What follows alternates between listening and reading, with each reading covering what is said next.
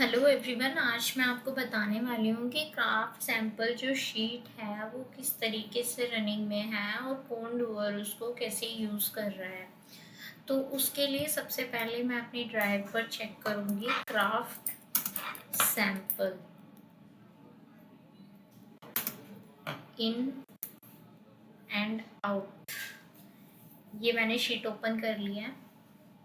Sheet open करने के बाद में यहाँ पर मुझे शो होती है एक book inventory form, update SQ sample inventory. हमें जो है इसमें मिल वाइज वेंडर वाइज हमें अपडेट एसक्यूज जो हैं वो अपडेट करने हैं कि किस वेंडर का हमने जो है सैंपल मंगाया था और वो हमारे पास है। मान लीजिए हम यहाँ से एक मिल सिलेक्ट करते हैं। मैंने जो अभी सैंपल मंगवाया था वो मैंने भगवती कृपा का मंगवाया है। तो भगवती कृपा के यहाँ पर जितने भी एसक्यूज हैं वो यहाँ पर ओपन हो जाएंगे। ओपन होने के बाद में क्वांटिटी हमने कितनी मंगवाई थी उससे, जैसे 18 BF 140 GY है तो हमने उसकी कितनी क्वांटिटी मंगवाई थी। 18 BF 220 है GY है तो उसकी हमने कितनी क्वांटिटी मंगवाई थी, हमें यहाँ पर अपडेट करना है। मान लीजिए मैंने इसकी 10 मंगवाई थी, इसकी 23 मंगवाई थी, इसकी 25 मंगवाई थी, बीच में हमने इनकी मंगवाई नहीं है, इनकी भी हमने 25 मंगवाई है, इनकी हमने 10 मंगवाई है, फिर से हमने 15 मंगवाई है। तो ऐसे हमें डाटा फीड करना है कि कितने सैंपल जो हैं हमारे पास आ चुके हैं उस वेंडर के, स्पेशल उस वेंडर के भगवती कृपा की तरफ से हमारे पास उसके बीएफ के अकॉर्डिंग कौन कौन से सैंपल कितनी क्वांटिटी में आए हैं। ये हम फिल करने के बाद में जैसे ही हम इसको फिल कर देंगे, फिल करने के बाद में जिस जिस बीएफ का हमारे पास आ चुका है या फिर जिस जिस एसक्यू ग्रुप का हमारे पास आ चुका है सैंपल, ये यहाँ पे फीड करने के बाद हम इसको क्लिक टू इन करेंगे।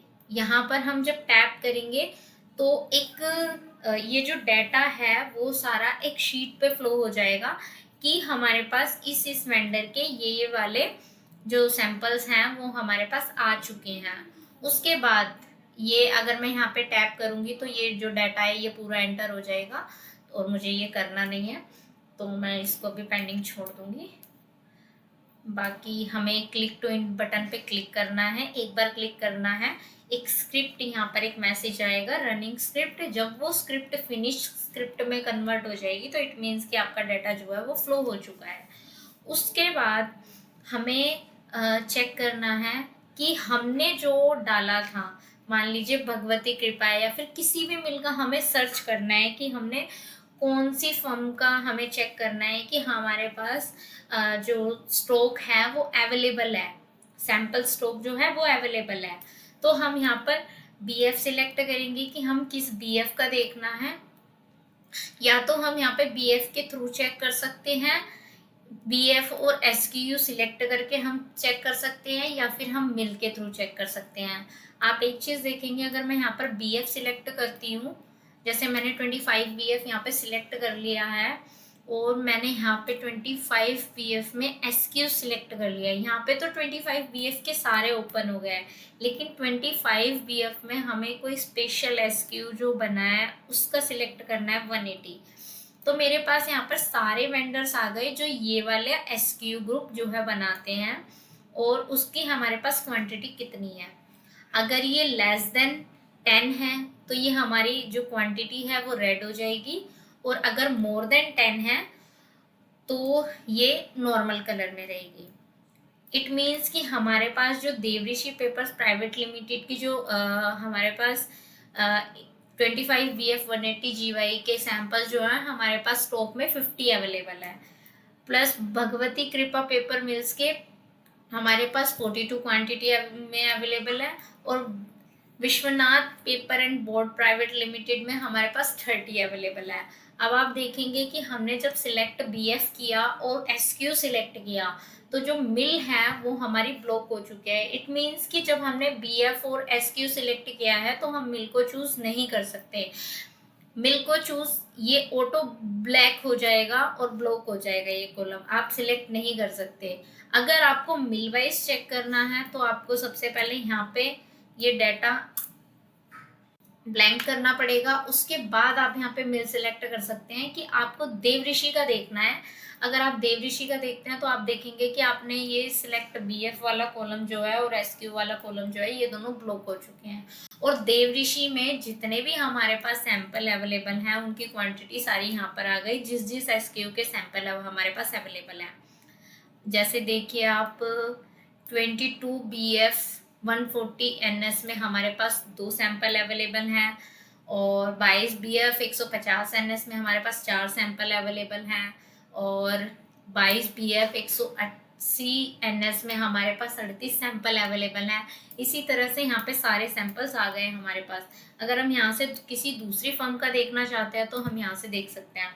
जैसे ही हम फर्म सिलेक्ट करेंगे हमारे पास पूरा डाटा आ जाएगा कि हमारे पास कौन सी मिल का या कौन से वेंडर का कितना जो है सैंपल स्टॉक अवेलेबल है। अगर स्टॉक नहीं है हमारे पास तो वहां पर 0 होगा। इसी के साथ मैं आपको बताऊंगी, अगर आपको सर्च सैंपल जो स्टॉक है यहाँ से अगर आपको सिलेक्ट मतलब चेक नहीं करना है कि आप कौन कौन से जो हैं डाटा वो कौन कौन से सैंपल जो हैं वो हमारे पास अवेलेबल है, तो हम उसको हम यहाँ से भी चेक कर सकते हैं। 0 से 12 BF के हमें इन वाली मिल में मिलेंगे, मतलब 0 से 12 BF के हमें इस वाली शीट में मिलेंगे, 14 से 16 BF के हमें इस शीट में मिलेंगे, 18 से 22 और 24 से 45 तक हमें इन वाली शीट में मिलेंगे। अब 0 से 12 तक जो मिल बनाती है वो मिल ये है हमारे पास सारी, और जो नहीं बनाती है वो हमारी ब्लैक है, और जो बनाती है उसमें हमारी क्वांटिटी यहाँ पे मेंशन है कि जैसे 0 BF 450 LW जो है वो मल्टी वॉल डुप्लेक्स बनाती है, तो अभी 0 क्वांटिटी है हमारे पास, इसके सैंपल अवेलेबल नहीं है।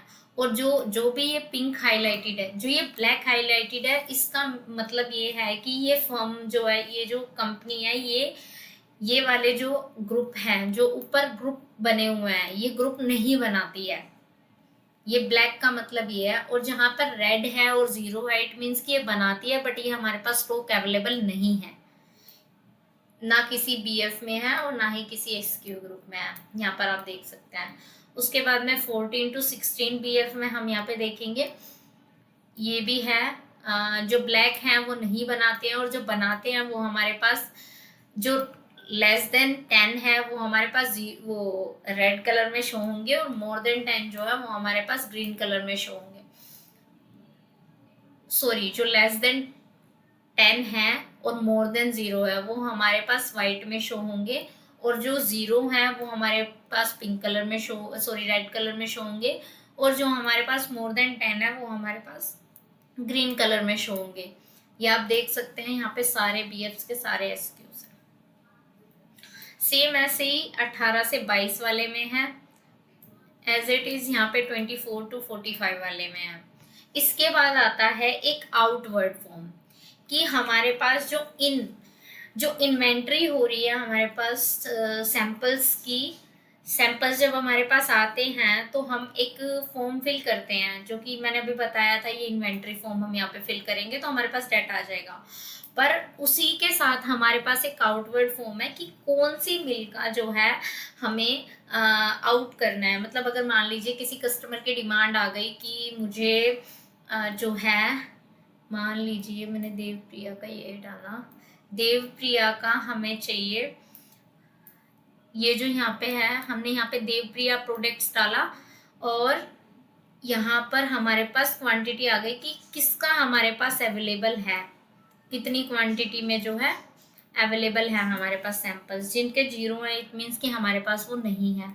अब जैसे मान लीजिए ये 14 है तो ये कौन से में है, ये 22 BF 180 GY में है।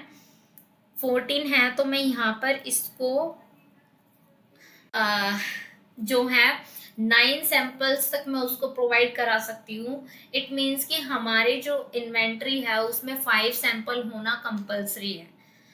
अगर मैं यहाँ पर 5 से मतलब अगर 14 है हमारे पास इसके सैंपल और मैं यहाँ पर 10 डाल देती हूँ, तो हमारे पास जो स्टॉक में बचेंगे वो हमारे पास 4 होंगे जो कि वैलिड नहीं होंगे, जिसकी वजह से ये आउट नहीं होगा, जिसकी वजह से ये आउट नहीं होगा। उसी तरह अगर और हमें यहाँ पे रिमार्क्स भी डालने हैं कि किस कस्टमर को हमने भेजे हैं, किस कस्टमर को हमने नहीं भेजे हैं, या फिर XYZ जो भी रिमार्क्स हमें डालना है हम यहाँ पे अपडेट कर सकते हैं। इसके अलावा अब जैसे मान लीजिए अभी मैंने देवप्रिया किया था, मैं दिशा इंडस्ट्रीज करती हूँ।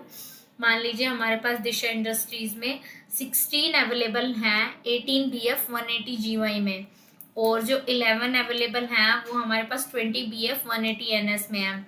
तो हम यहाँ पे 6, यहाँ पर हम 6 दे सकते हैं कस्टमर को, और यहाँ पर हम कितने दे सकते हैं, यहाँ पर हम 11 दे सकते हैं, क्योंकि 5 जो है वो हमारे पास क्वांटिटी रहनी चाहिए। और जब हम यहाँ पर क्वांटिटी डालते हैं, मान लीजिए मैंने यहाँ पे 10 डाल दी और यहाँ पर भी मैंने 15 डाल दी, तो मेरे पास ये 5 आ गए, और यहाँ पर जो लेस बचे हैं वो मेरे पास 6 आ गए। मैं चाहती हूँ तो मैं इसको 11 भी दे सकती हूँ, क्योंकि मेरी लास्ट जो क्वांटिटी है वो मेरी 5 रहनी चाहिए इसमें। अगर 5 यहाँ पर 5 नहीं रहती है, मान लीजिए मैंने इसको 12 कर दिया और मैं यहाँ पर सबमिट करूंगी, इसको क्लिक टू आउट करूंगी, या फिर कुछ भी रिमार्क्स डाल के मैं कुछ भी क्लिक टू आउट करूंगी, तो ये मेरे को शो करेगा कि यहाँ पर एटलीस्ट ये हमें 25 वर्ड्स एटलीस्ट डालने पड़ेंगे इसमें। ये अगर मैं यहाँ पर क्लिक टू आउट करती हूँ तो यहाँ पर मुझे एक एरर दिखाएगा। ये जैसे मैंने अभी स्क्रिप्ट चलाई है ना, तो मतलब बटन प्रेस किया है, तो इन्वेंट्री फॉर्म में भी हमें इसी तरह से प्रेस करना पड़ेगा। तो इसमें बोल रहा है the column value C&E is not equal. Okay, first of all हमें इसमें पूरे में डालना पड़ेगा। अगर हमें इसका नहीं देना तो हमें यहाँ पे 0 कर देंगे, यहाँ पे 0 कर देंगे, सबको 0 कर देंगे जिसका हमें नहीं देना। ठीक है, मान लीजिए मैं यहाँ पे 0 0 0 0 0 0 यहाँ पे हम 5 दे देते हैं, फिर यहाँ पे 6 बचेंगे। 0 0 0 0 0 0 0 0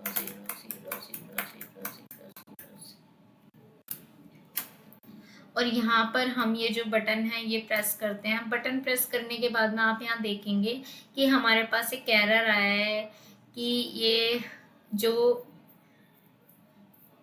फर्स्ट ऑफ ऑल ये लेस देन 10 जो है वो सबमिट नहीं हो सकते, और सेकंड जो है कि हमारा जो 4 क्वांटिटी है ये हमारी यहाँ पे हम 12 इनको दे रहे हैं और यहाँ पे 4 नहीं रह सकते हैं, तो इसलिए हमें एक वैलिड क्वांटिटी डालनी पड़ेगी। और जैसे ही हम यहाँ पे सबमिट कर देंगे इसको, अगर हम यहाँ पे किसी कस्टमर को भेज रहे हैं तो हम यहाँ पे एग्जिट कर देंगे।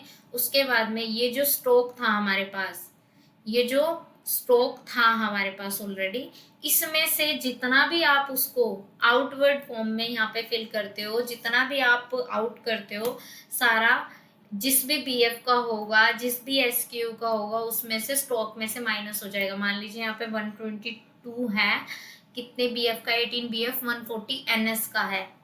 ठीक है, और मिल कौन सी है, ये एनविसन्स मिल का 18 BF 140 NS का है।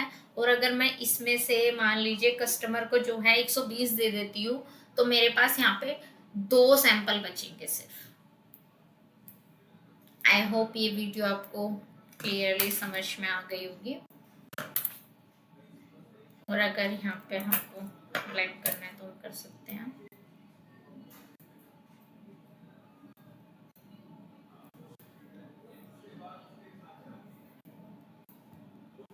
जैसे मैंने आउटवर्ड में क्लिक करके दिखाया था, ये डेटा डालने के बाद में हमें यहाँ पे क्लिक करना है।